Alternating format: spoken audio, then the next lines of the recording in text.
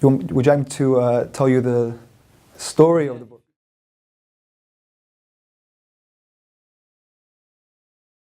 The name of the book is Into the Wild. It was written by a man named Jon Krakauer. And really, Jon Krakauer, he compiled the book based on the writings of a man named Christopher McCandless, who is the main individual which the book is speaking about. And the way I found out about the book was because it had been made into a movie by the same name, Into the Wild. So it's partly a biography and partly a commentary on Christopher McCandless's own writings within his own journey. So the book's called Into the Wild. Okay.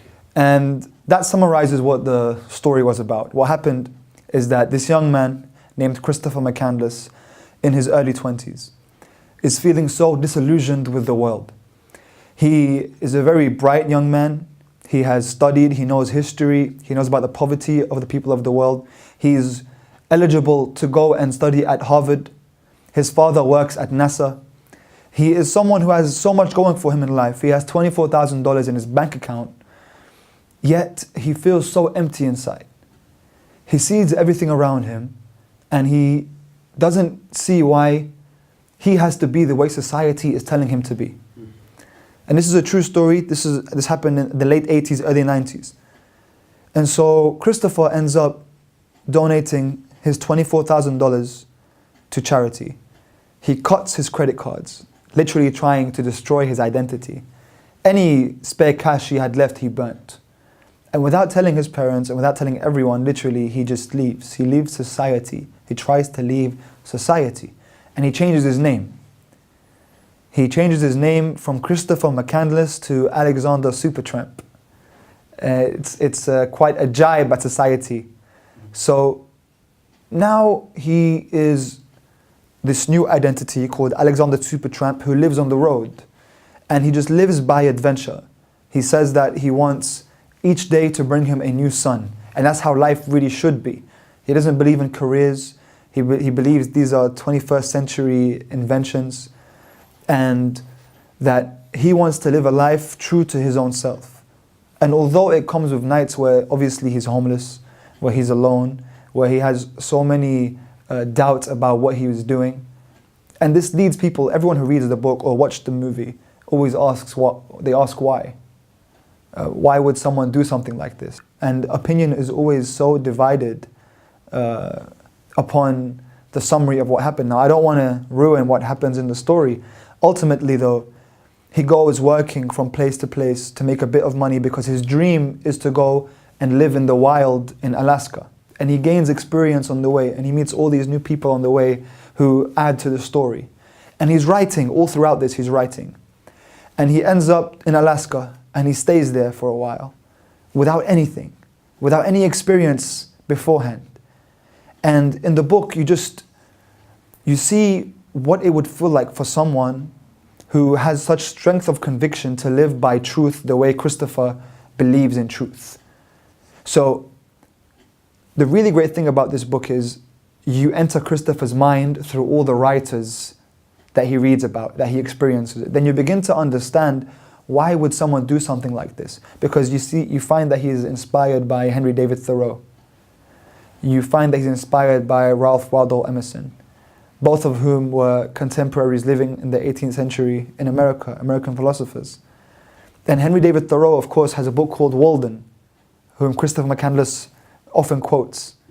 And in Walden, Thoreau goes into Walden Pond, away from society, doesn't want to be part of society, lives alone completely, and writes about his experiences. So you find that Christopher is almost trying to reenact something along those lines. Or Ralph Waldo Emerson and his essay, Self-Reliance, which is an amazing essay, and I recommend anyone who is anyone to read that.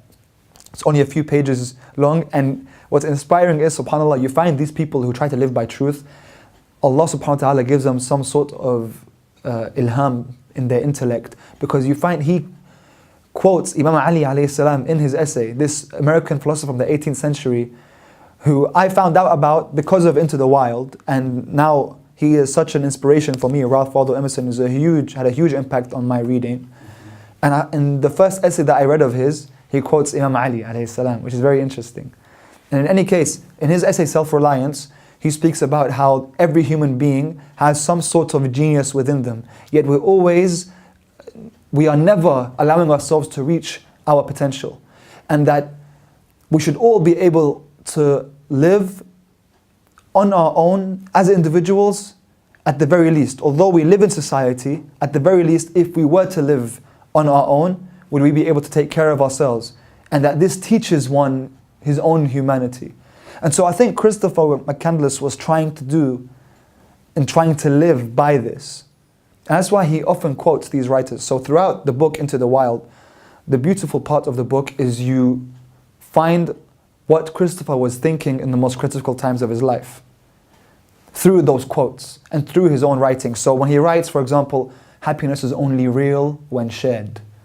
How did he come to that conclusion? It's not someone just saying it. It's after you spend years alone and you're in the wild and you're seeing beauty. He's seeing the beauty. He sees the sun, he sees the animals, he sees all of this by himself every single day. But the conclusion that he comes up with after seeing all this beauty is that this is only real if there was someone else with me. For example, like happiness is only... But this quote would impact you, this writing, these words would impact you after you dive into his story. Or when he quotes Thoreau, but he adds on a few words, and he says, and this is the epitome of Christopher McCandless, Alexander Supertramp, and this really affected me as a 19-year-old, to the extent that I ended up myself going on a journey where, and many people know the story, where I ended up in a desert in the middle of nowhere because I wanted to live something like this. And he says, rather than love, rather than faith, rather than fame, and rather than fairness, give me truth. And that ultimately, to find meaning is to find truth. And he tried to live by that truth. And that's not easy. To live in this world, in our current age, in our current day, to live by truth is not easy. And he's someone who tried to do that. I believe if you're starting to get into reading, then the first book or the first couple of books you read should be books which influence you and encourage you to read more. Especially if those books have more book recommendations within them. So when you start off reading, for example, a book which is a catalyst to start off reading, for me, was this book. Another book which is a catalyst is the autobiography of Malcolm X, which I wanted to review, but I figured so many people already know that book and I didn't want to be typical. But the autobiography of Malcolm X, when you read that book and you read about his time in jail and you read about all the different books that he would read of different subjects and different writers, he gives you all these new bits and pieces of information, encouraging you to go off and read more and giving you the materials by which to read. So Into the Wild, for me, does that, but it does that through literature. So whereas Malcolm X, in his book, he introduces you to Chinese philosophy out of all things, for example, or the history of black slavery. With Into the Wild, it introduces you more to literature and poetry. So you go into Thoreau, into Emerson, into ancient poets that have more to do with the philosophy of life rather than anything else. But for those who are interested in literature, then this would be a great catalyst for them because it gives you the means by which to be reading and inspired by those even further from the book.